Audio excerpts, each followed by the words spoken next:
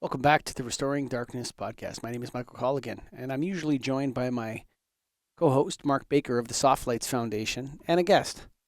But today, I just wanted to unpack something that Mark had sent me about the Bay Bridge. And the Bay Bridge has been lit up, and there's some pictures that the producer is going to show you. The first one is a picture of the bridge from the 1960s or something like that. It's a really old picture. And what it does is it shows probably what is like low pressure sodium or mercury vapor or something like that on the bridge there. And what you're seeing is the water below it is very, very dark. All the light from back in the 60s and 70s was concentrated on the drive lane where the cars were actually driving, and it was a functional based lighting system. In the second picture, what you're going to see is the Bay Bridge lit up at night. And I'll confess, I think it looks kind of cool.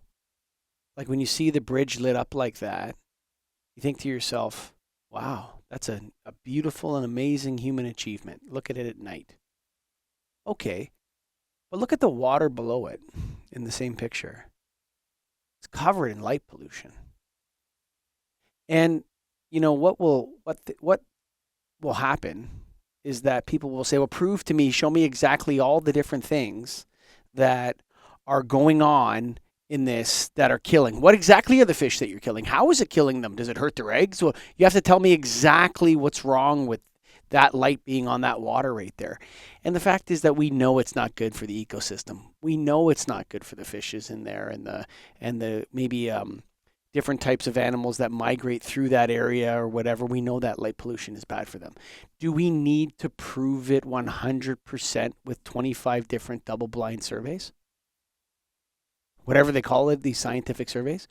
Or can we just accept that light pollution is bad for marine animals as well?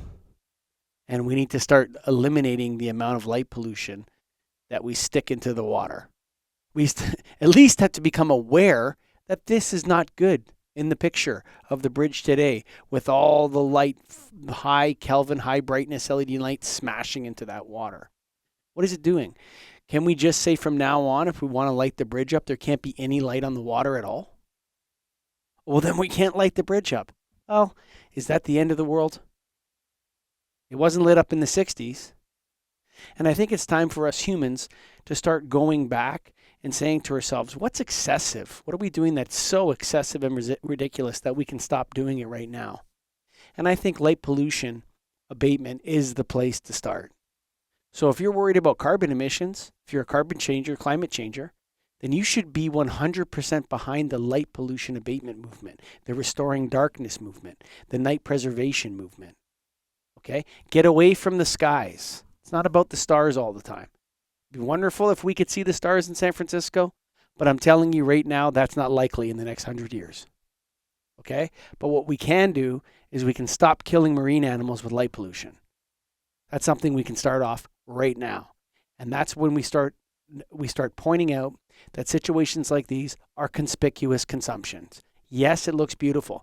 Maybe we'll light it up one night a year for 3 hours or on special occasions, but not every night is not a special occasion. And so we have to start drawing back on our use of light.